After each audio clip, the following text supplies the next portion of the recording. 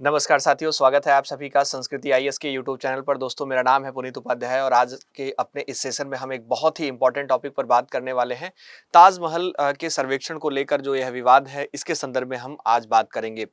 दोस्तों, आप देखेंगे तो भारत में जो ऐतिहासिक स्मारक हैं, इन स्मारकों से जुड़े विवाद के संदर्भ में अगर हम देखें या बात करें तो कोई नई बात नहीं है कि इस प्रकार का जो विवाद है पहली बार निकल कर आ रहा है। पिछले कुछ वर्षों में आप देखेंगे तो अयोध्या, ज्ञानवापी, मथुरा, शाही ईदगाह और संभल जैसा जो मस्जिद का मामला है, ऐसे कई मामले जो है विवाद में रहे हैं और अब एक बार फिर आप देखेंगे जो ताजमहल है वह चर्चा के केंद्र में आज आपको नजर आएगा।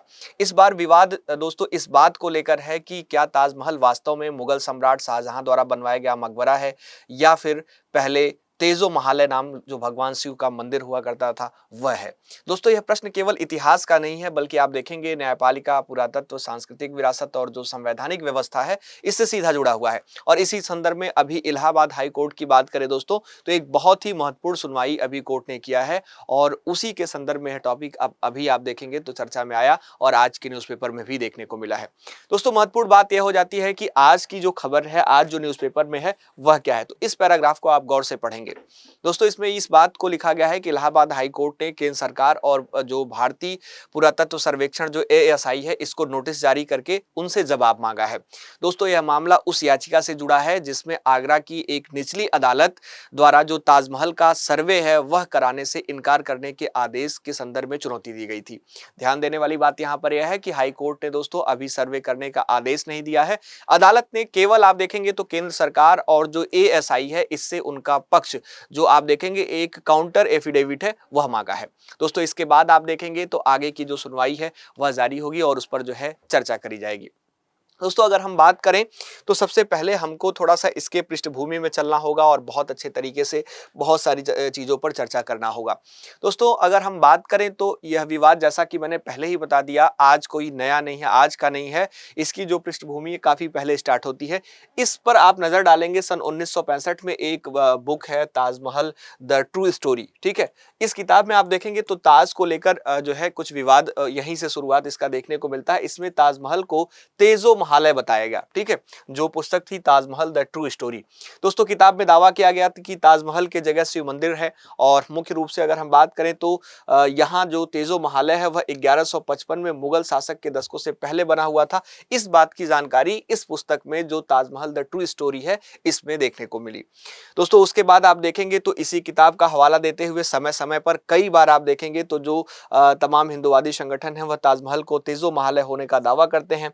पीएम ओक ने आप देखेंगे तो पीएन ओक ने 1960 से 70 के दशक में आप देखेंगे तो ताजमहल, फतेहपुर सीकरी और लाल किले को लेकर तब कई विवादास्पद जो किताबें हैं वह लिखी थी, ठीक है। और आप देखेंगे ऐसे ही विवादास्पद किताबों में यह किताब जो ताजमहल द ट्रू स्टोरी है वह आपको देखने को मिल जाती है।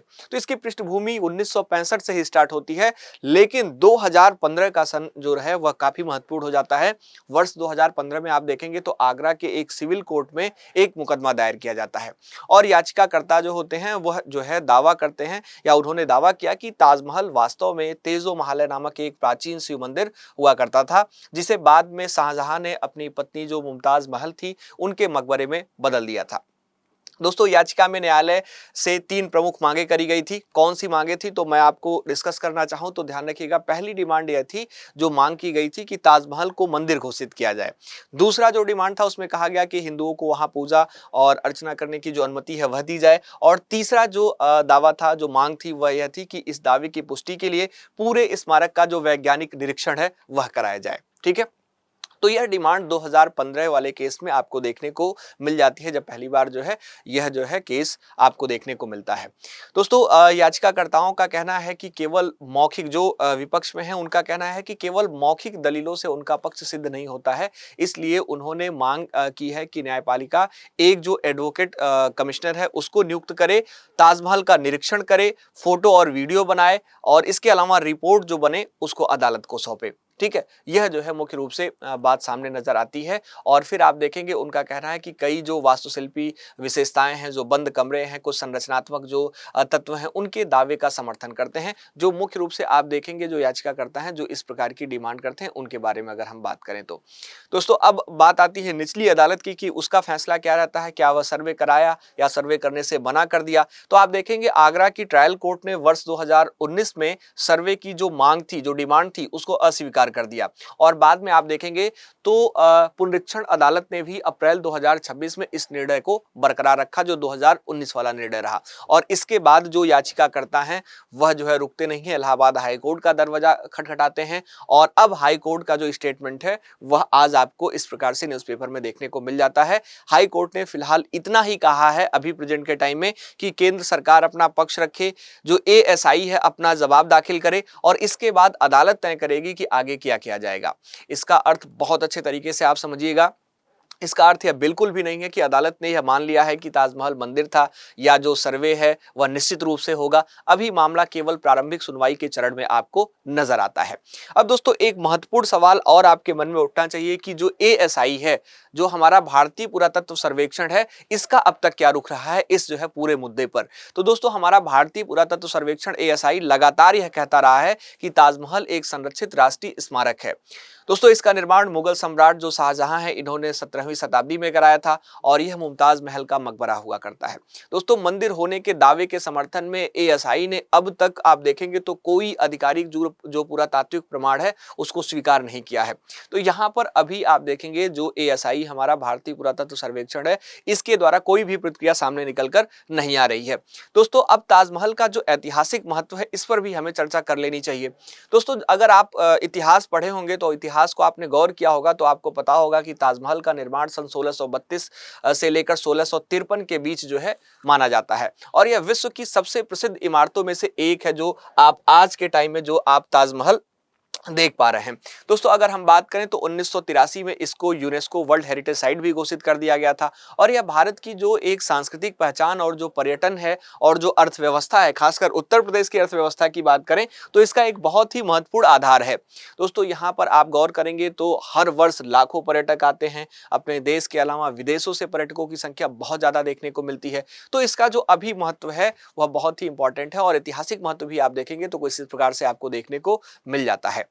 दोस्तों ऐसे मामले में अब महत्वपूर्ण सवाल यह हो जाता है कि अदालत किन बातों पर विचार करती है। ऐतिहासिक विवादों में जो अदालत है सामान्यतः आपको पता होगा कि कुछ विशेष बातों पर महत्व देती है। जैसे आप देखेंगे जो ऐतिहासिक अभिलेख है, जो पुरातात्विक साक्ष्य हैं, जो वैज्ञानिक रिपोर्ट हैं, जो दस्तावेजों का जो प्रमाण है, जो इससे संबंधित कानून है।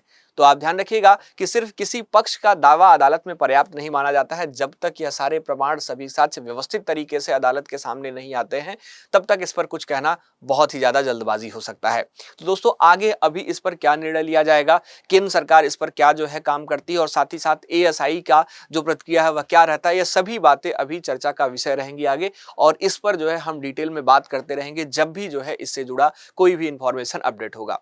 दोस्तों ध्यान रखिएगा जो यह टॉपिक है यह केवल आप गौर करेंगे तो केवल आप देखेंगे सिर्फ जो है एक सामान्य जानकारी के लिए ही नहीं, बल्कि आप गौर करेंगे तो एग्जाम के दृष्टिकोण से भी बहुत ज्यादा महत्वपूर्ण है। क्योंकि आपको पता है कि यह जो आर्टिकल है केवल धार्मिक विवाद नहीं है, यह भारतीय पुरातत्व सर्वेक्षण, यूनेस्को विश्व धरोहर, सांस्कृतिक विरासत संरक्षण, न्यायपालिका की इसमें जो भूमिका है, पुरातत्व साक्ष्य का जो महत्व है, विरासत स्थलों का जो संरक्षण है, इतिहास और कानून का जो संबंध है, ठीक है, इन सभी से कनेक्ट होता है। और आपको पता है कि इन सभी जो है बिंदुओं से आपके प्रारंभिक परीक्षा, मुख्य परीक्षा और इंटरव्यू तीनों में प्रश्न पूछे जा सकते हैं। ठीक है, तो इसको आप विशेष तौर पर ध्यान में रखेंगे। दोस्तों अगर हम बात करें तो आपको पता है कि भारत एक बहुधार्मिक और बहुसांस्कृतिक देश आपको नजर आता है और यह देश है। दोस्तों ऐसे मामलों में न्यायपालिका है इसका दायित्व आप देखेंगे तो केवल धार्मिक दावों पर निर्णय देना जो है नहीं होता है, बल्कि आप देखेंगे जो ऐतिहासिक तथ्य, जो वैज्ञानिक प्रमाण और जो कानून के आधार पर निष्पक्ष निर्णय है यह सुनिश्चित करना भी होता है। और साथ ही साथ अगर आपसे मैं बात करूं तो विश्व धरोहर स्थलों का संरक्षण भारत की अंतर्राष्ट्रीय जिम्मेदारी भी है और इसलिए किसी भी प्रकार की जो कार्यवाही है इस पर वह करते समय जो ऐतिहासिक विरासत, जो सामाजिक सद्भाव है और जो संवैधानिक मूल्य हैं, इन तीनों के बीच जो संतुलन है वह बनाए रखना बहुत ही ज्यादा आवश्यक है। ठीक है, तो इसको आप विशेष तौर पर ध्यान रखेंगे। फिलहाल दोस्तों अगर हम बात करें तो इस मामले में कोई अंतिम निर्णय, जैसा कि मैंने पहले ही बता दिया, कोई अभी अंतिम निर्णय नहीं हुआ है। इलाहाबाद हाई कोर्ट ने केवल केंद्र सरकार और एएसआई से जवाब मांगा है। आगे की सुनवाई उनके जवाब और उपलब्ध साक्ष्यों के आधार पर अदालत तय करेगी कि सर्वे की अनुमति दी जाए या नहीं। और इसलिए इस समाचार को केवल आप देखेंगे तो तथ्यात्मक रूप से ही समझना आवश्यक है, किसी निष्कर्ष पर पहुंचना अभी उचित नहीं होगा। ठीक है, तो आप विशेष तौर पर इस तरीके से इस आर्टिकल को ग्रिप अप करेंगे और साथ ही साथ इन सभी जो है बिंदुओं को एक बार अच्छे तरीके से समझने का प्रयास करेंगे। ठीक है, आशा करता हूं कि आप ठीक से सारी बातों को समझ पाए होंगे। अगर आपको कहीं पर भी कोई डाउट है, कोई आपकी क्वेरी है, तो आप कमेंट बॉक्स में पूछ सकते हैं।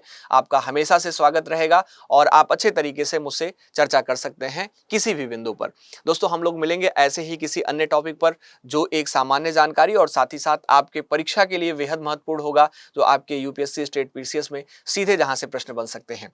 तो दोस्तों मिलते हैं हम अपने नेक्स्ट सेशन में। आज के लिए इतना ही। Thank you so much. बहुत बहुत धन्यवाद आप सभी का संस्कृति आईएएस के यूट्यूब चैनल से जुड़ने के लिए और साथ ही साथ मेरे साथ भी जुड़ने के लिए।